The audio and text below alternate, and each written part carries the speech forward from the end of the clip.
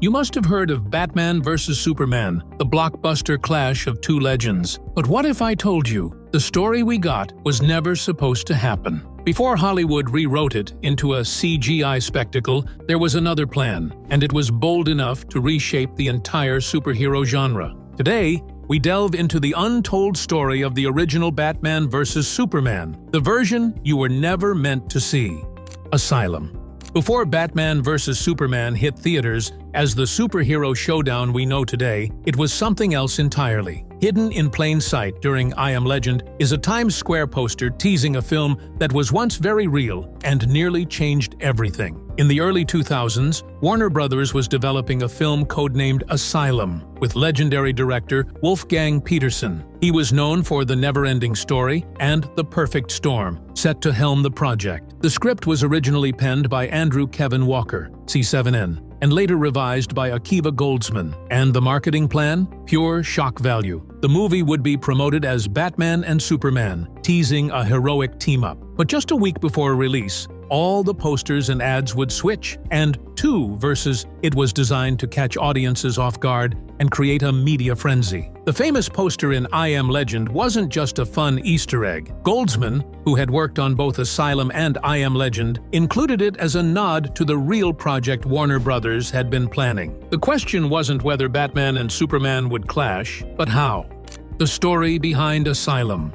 In this version, Bruce Wayne had been retired from crime fighting for over 6 years and was preparing to marry a woman named Elizabeth. At the wedding, Clark Kent stood beside him as best man. Bruce seemed to have found peace, but Clark's life was falling apart. He was recently divorced from Lois Lane and was questioning his entire existence as Superman. Why should an alien choose who lives and who dies? Then, tragedy strikes. During their honeymoon, Elizabeth is murdered by a poisoned bumblebee dart. Bruce finds the weapon in her neck and a chilling message scrawled on a mirror. This is the beginning of the end. This left him devastated, and he blames Superman for letting her killer live and warns Clark to stay out of his way. But Clark knows what this grief might do to Bruce. It might push him back into the darkness. Later, it's revealed that the Joker killed Elizabeth. While Bruce hunts him down in Gotham, Clark suspects someone else may be behind it all. It was no other than Lex Luthor, and Clark has all the reasons to think so. Despite being imprisoned, during Clark's visit to him in prison,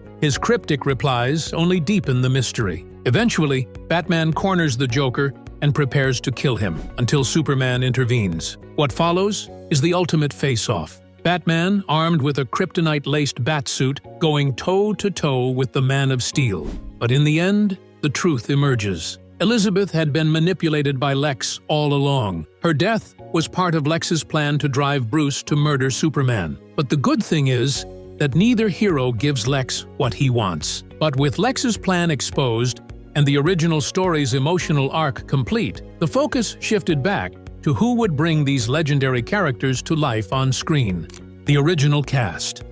After the emotional and psychological weight of Asylum's story, the next big question became, who would play these iconic roles? Director Wolfgang Petersen wanted something different. He wanted a dramatic, grounded approach that mirrored the emotional tone of films like Spider-Man. His vision was for real performances, not cartoonish spectacle. Josh Hartnett was his top pick for Superman. For Batman, Petersen considered big names like Johnny Depp, Colin Farrell, and Christian Bale, who, ironically, would later don the cape for Christopher Nolan. Despite a script and early momentum, the film never moved forward. Within Hollywood, the concept was met with skepticism. Was it too soon? Too risky? David Goyer, who would eventually co-write Batman vs. Superman, even dismissed the project as a desperation move, something you only do when a franchise has no more ideas left. From Asylum to Dawn of Justice. While Asylum faded into the vaults of unrealized films, the seeds it planted eventually resurfaced over a decade later, this time under the direction of Zack Snyder. Batman vs. Superman, Dawn of Justice opened with familiar territory. The Wayne murders, reimagined in slow motion with Jeffrey Dean Morgan playing Thomas Wayne. Surreal dream sequences and a flashback to the destructive finale of Man of Steel followed it. Snyder was laying the foundation for something bigger. At the studio level, Warner Brothers had made a clear decision. They wanted their own Marvel-style cinematic universe. and rather than introducing Batman in a standalone film, they dropped him directly into Superman's sequel. It was a calculated move designed to create hype, headlines, and box office numbers. But for Snyder, the appeal was thematic. The ideological clash between a godlike alien and a broken man in a mask became the core of the story. Christian Bale's comeback.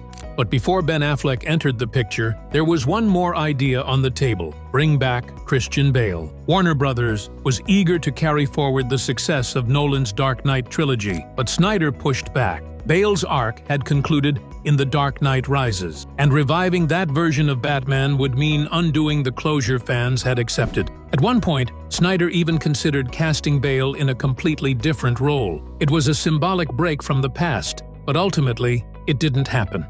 Ben Affleck's entry. Snyder needed a Batman who wasn't new to the job, but one who had seen years of struggle. Ben Affleck fit the role. He brought a strong physical presence and quiet intensity to play an older Bruce Wayne. This version of Batman was tired, angry, and shaped by a long history of pain and failure. He wasn't meant to inspire hope, but to show what years of fighting had done to him. Affleck trained hard for the role, gaining size and strength to match the character's look. His suit was based on The Dark Knight Returns, which helped sell the idea of a more experienced and hardened Batman. At first, fans weren't happy with his casting. Many doubted he could pull it off. But after the movie came out, both critics and fans praised his performance. For many, he became one of the most believable and intense versions of Batman ever put on screen. Chris Terrio's rewrite.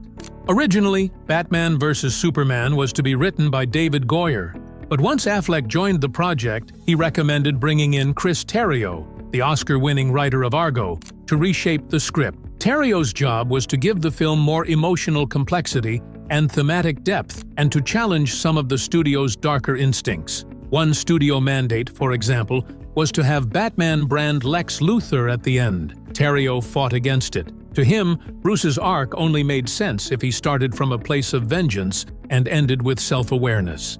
If there was no change, there was no story. He also rewrote the controversial Africa sequence. Early drafts had Superman destroying a village after Lois Lane was kidnapped, but Terrio believed that would completely break the character. Instead, he reframed the event as a media narrative, seen through conflicting eyewitness accounts, turning it into a broader question: can the world trust Superman, Aquaman, and the shrinking role? Not every rewrite was so carefully handled. Aquaman, played by Jason Momoa, was originally intended to have a full-fledged debut in the film. Momoa trained for 8 months, preparing for a significant role, but as the script changed, his appearance was reduced to a single underwater cameo. Despite this, Warner Brothers had already pushed Aquaman merchandise to market, giving audiences the impression he would play a bigger part than he actually did. It was just one more example of the disconnect between the film's creative direction and its marketing. The iconic Save Martha line. Then came the scene that would become the film's most infamous. The rain falls, Superman descends, eyes burning, Batman waits, armored and silent. Clark tries to reason with him, but Bruce is beyond listening. Fueled by trauma and paranoia, he attacks with everything he has. After an intense, brutal fight, kryptonite gas, close combat, and raw fury, Batman stands over Superman, ready to end him. Then, Clark gasps out a name: Save Martha. The moment stops Batman cold. Martha is the name of his own mother. Suddenly, the line between man and alien disappears. Superman isn't a threat anymore. He's a son, begging for his mother's life. And Bruce, haunted by his parents' deaths, sees himself in him. Yes, the scene has been mocked, but narratively, it's a turning point, a moment where Bruce's vengeance turns to empathy. As Alfred warned all along, Superman was never the enemy. The warehouse fight. With renewed clarity, Batman races to save Martha Kent. What follows is the warehouse fight, a raw action sequence that many call the best in the film. Batman moves like a force of nature, dismantling armed thugs. It's the kind of combat fans had always wanted to see from the character. But in terms of story structure, it arrives at an odd time. Coming after the Batman-Superman showdown, the emotional peak of the warehouse fight, while visually thrilling, feels like a leftover third act. The momentum dips just when it should be winding down. Naming the war. Even the film's title became a battleground behind the scenes. Chris Terrio revealed that early titles didn't include Batman or Superman at all. Options like Justice League, Foundations, or Rising were considered, which emphasized the larger universe. Snyder offered a poetic alternative, Son of Sun and Night of Night. But Warner Brothers wasn't interested. It was too subtle, too symbolic. In the end, the studio pushed for the obvious. Batman vs. Superman, the kind of title that guaranteed headlines and ticket sales. Snyder compromised by adding Dawn of Justice as a subtitle, foreshadowing what was to come. Even the choice of V instead of versus was deliberate. Snyder wanted it to feel like a philosophical conflict, not just a fight. In the end, Batman vs. Superman could have been many things. It could have been a deep story about two heroes. It could have built a whole new universe. Instead, it became a film people remember for what it almost was. To some, it was a mess. To others, it was something bold and misunderstood. But no one denies it tried to be different. It aimed higher than most superhero movies. Over time, the movie gained a loyal fan base. People still debate its flaws, but more now see the value in what it was trying to say. It explored big themes such as trust, fear, and what it means to be a hero. Batman vs. Superman wasn't just about a fight. It was about two broken people trying to do what they believed was right. And that idea still matters.